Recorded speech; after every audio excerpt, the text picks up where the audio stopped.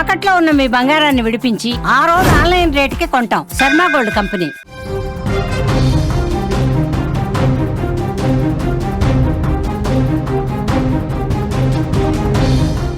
Breaking news. Mahabubabad జిల్లా ప్రభుత్వ ఆసుపత్రిలో దారుణ ఘటన ఒకటి వెలుగులోకి వచ్చింది.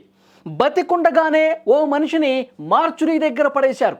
ప్రస్తుతం జిల్లా వ్యాప్తంగా కూడా ఈ ఘటన కలకలం రేపుతున్నటువంటి పరిస్థితి. చిన్నగూడూరు మండలం జయారం గ్రామానికి చెందిన టాక్సీ డ్రైవర్ రాజు ఆరోగ్యం బాలేక ఆసుపత్రికి వచ్చాడు.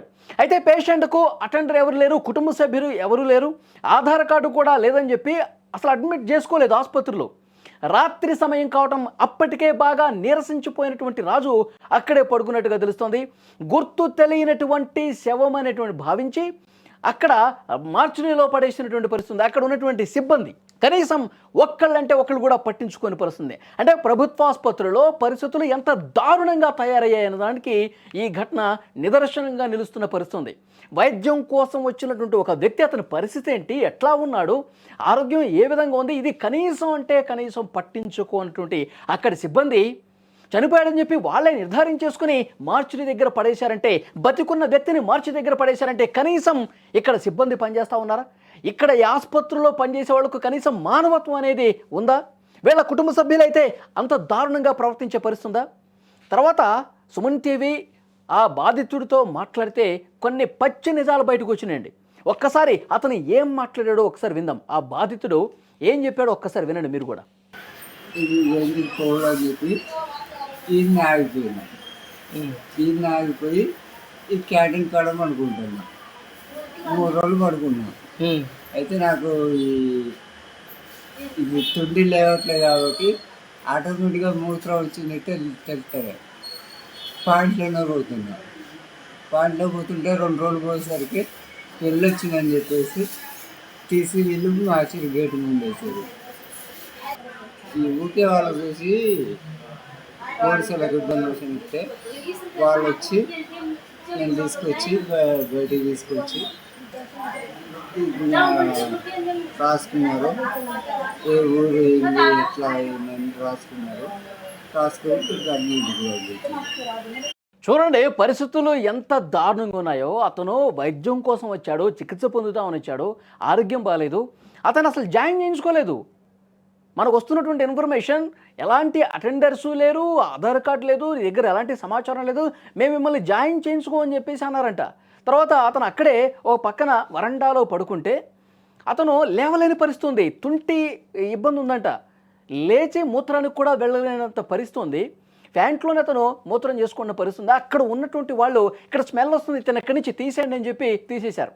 అక్కడ ఏదే స్వీపర్సా లేకపోతే అక్కడ ఉన్న కాంపౌండర్సా ఇంక ఇతర సిబ్బందా వైద్యులా ఇవంతా కూడా క్లారిటీ రావాల్సి ఉంది. కనీసం మానవత్వాన్ని మరిచిపోయి దుర్మార్గులు ఏం చేశారు, ఇతన్ని తీసుకెళ్ళి మార్చురీ దగ్గర పెట్టేశారు. అంటే ఇక్కడ స్మెల్ వస్తుందంట, ఈయన మూత్రం పోస్తూ ఉన్నాడంట, తీసుకెళ్ళి మార్చురీ దగ్గర పడేశారు. అతను ఎంత బాధాకరమైనటువంటి విషయం చూడండి. అంటే మనుషులు పూర్తిగా ఏ విధంగా తయారైపోయారు. వీళ్ళు కనీసం నిజంగా వీళ్ళ కుటుంబ సభ్యులే ఇలాంటి పరిస్థితి ఉంటే వాళ్ళు మార్చురీలో పడేస్తారండి? ఇంత దుర్మార్గం కాకపోతే. మూత్రం స్మెల్ వస్తుందని తీసుకెళ్ళి మార్చురీ దగ్గర పడేశారంట. ఆ తర్వాత ఉదయాన్నే అక్కడ మార్చురీ దగ్గరకు వచ్చిన వాళ్ళు అరే ఇతను బతికున్నాడు కదా ఎందుకు ఇక్కడ పడేశారని చెప్పి వాళ్ళు ఉన్నతాధికారులకి కంప్లైంట్ చేస్తే అప్పుడు వచ్చి చూసి అడ్మిట్ చేసుకున్నటువంటి సిచ్యువేషన్ ఉంది. చాలా అంటే చాలా దుర్మార్గమైనటువంటి పరిస్థితి. అసలు వాస్తవ పరిస్థితులు అంటే ఒక్కసారి మనం తెలుసుకునే ప్రయత్నం చేద్దాం. మా ప్రతినిధి మధు కూడా ఫోన్ లైన్లో మనకి సిద్ధంగా ఉన్నారు. మధు, అసలు ఏం జరిగిందో చెప్పండి. Thank you Ali. మహబూబాద్ ప్రభుత్వ జనరల్ హాస్పిటల్లో దారుణం చోటు చేసుకుంది. మానవత్వ విలువలు కూడా మంట కలిసిన వేళ అందరు కూడా అంటున్న సందర్భం ఉంది. అంటే మనిషి బతుకుండగానే మార్చిలో భద్రపరిచిన అంటూ మనకు తెలుస్తుంది. అయితే ముఖ్యంగా అయితే ఎవరైతే ఉన్నారో తను చనిపోయినట్టుగా భావించిన వ్యక్తి ఎవరుతున్నారో 3 రోజుల క్రితం చిన్నగూడెం మండలం జేర గ్రామానికి చెందిన టాక్సీ డ్రైవర్ రాజు ఆరోగ్యం బాగలేక మహబూబాద్ ఆసుపత్రికి గత 6 రోజుల క్రితం వచ్చాడని వచ్చిన నేపథ్యంలో తను కనీసం నిల్చొని లేని పరిస్థితిలో ఉన్నాడు. అక్కడికి వచ్చి అటెండ్ నేపథ్యంలో అక్కడ ఉన్నటువంటి సిబ్బంది ఎవరుతున్నారో నీకు ఆధార్ కార్డు లేదు, నీకు సంబంధించిన అటెండెన్స్ ఎవరు లేరు, నిన్ను చూసుకున్నందుకు ఎవరు లేరు, మీ కుటుంబ సభ్యులు ఎవరు లేరు, మిమ్మల్ని ఆసుపత్రి మేము చేర్చుకోము అని చెప్పేసి ఇలాగంటంగా డైరెక్ట్ తన ముఖం మీద చెప్పడంతో అతను ఏం చేసుకోలేక ఆరోగ్యం బాగాలేక హాస్పిటల్కి వస్తే ఈ విధంగా డాక్టర్లు మాట్లాడడం ఏంటని చేసి అసలు తనలో తాను కుమిలిపోకుండా కూడా ఎలాగైనా ఆసుపత్రికి వచ్చి వైద్యం చేసుకోవాలి, నా ఆరోగ్యాన్ని కుదుటపరచుకోవాలనే ఉద్దేశంతో అక్కడికి వచ్చాడు. అక్కడ ఉన్న వైద్య సిబ్బంది నిరాకరించడంతో తను అక్కడి హాస్పిటల్ నుంచి దేవుడా అనుకుంటూ వెళ్ళిపోయాడు. వెళ్ళిపోయిన నేపథ్యంలో కూడా ఆ క్యాంటీన్ దగ్గరే, ఆ హాస్పిటల్ ఏదో క్యాంటీన్ ఉంటుంది, ఆ క్యాంటీన్ దగ్గర 3 రోజులు కూడా వర్షం వస్తుంది, చలి వస్తున్నా కూడా 3 రోజులుగానే పట్టించుకోకుండా అక్కడే ఒక అనాథలుగా పడిన సందర్భంలో కూడా అక్కడికి ఇప్పుడు క్యాంటీన్ దగ్గరికి చాలా మంది వస్తుంటారు కదండి, సిబ్బంది వస్తుంటారు, వైద్యులు వస్తూ ఉంటారు, అక్కడ అందరూ తిరుగుతూనే ఉంటారు, క్యాంటీన్ నుంచి ఆసుపత్రికి వస్తూ పోతూ ఉంటారు. కానీ కనీసం ఒక్కళ్ళంటే ఒకళ్ళు ఎందుకు గమనించలేదు, గమనించినా మనకెందుకులే అనుకున్నారా, అసలు ఇతనికి వైద్యం చేసేది ఎందుకులే అని చెప్పేసి అనుకున్నారా? ఇంత నిర్లక్ష్యం ఏంటి? ఆసుపత్రిలోనే కదా ఇది జరిగింది. వలి జనరల్ ఆసుపత్రి అంటే మహబూబ్ జిల్లా వ్యాప్తంగా రోగులు మొత్తం అక్కడికి రోజు వస్తుంటారు, వందల సంఖ్యలో రోగులు వస్తున్న సందర్భం ఉంటుంది. తను కూడా ఒక రోగే కావచ్చు అని చెప్పేసి ఆయన చూసి పట్టించుకోకుండా ఉన్న సందర్భాలు ఉన్నాయి తప్పితే వేరే విషయం దగ్గర లేదు. అయితే తను 3 రోజులు అక్కడ ఉన్నా కూడా తనకి ఎలాంటి వైద్యం అందించలేదు. తను కూడా ఇక నేను ఇక్కడ ఉన్నాను కావచ్చు అని చెప్పేసి కనీసం లేవని స్థితిలో ఉన్నాడు. తను స్పృహ కోల్పోయి కూడా ఒకసారి పడిపోతే అక్కడ సిబ్బంది, అక్కడ అయితే ఆసుపత్రిలో ఉన్న సిబ్బంది గమనించి తిను అనాథ శవం కావచ్చు, చనిపోయాడేమో అని చెప్పేసి అది తీసుకెళ్లి మార్చురి ముందు, అంటే క్యాంటీన్ ముందు నుంచి తీసుకెళ్లి మార్చురి ముందు, అంటే సుమారు 50 మీటర్ల దూరంలో ఉన్నటువంటి మార్చురి గదికి తరలించారు. అది మళ్ళీ లోపల కూడా కాకుండా అంటే ఇక్కడ నిర్లక్ష్యం కనిపిస్తుంది మధు, ఇక్కడ నిర్లక్ష్యం కనిపిస్తుంది. అతను చనిపోయాడా లేదా అని చెప్పి నిర్ధారించుకోవాల్సినటువంటి అవసరం ఉంది కదా.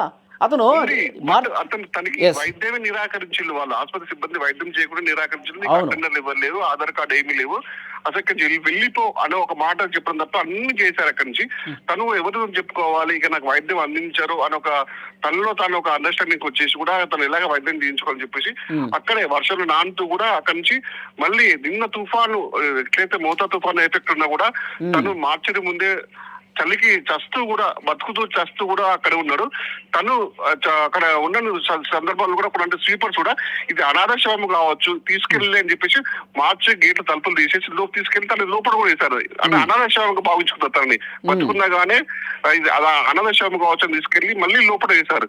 లోపల వేసిన తర్వాత కూడా ఈ రోజు ఉదయం మళ్ళీ స్వీపర్లు వెళ్ళి మార్చి తలుపులు తీసి లోపలికి వెళ్ళేసరికి తను మూలుగుతో కనిపించాడు. అరే ఇదేంటి నైట్ చనిపోయాడు అనుకుందాం కదా అనేసి బతికినాడు అని చెప్పేసి, చనిపోయాడు అని చెప్పి అంత ఈజీగా ఎట్లా అనుకున్నారో ఇది నా క్వశ్చన్.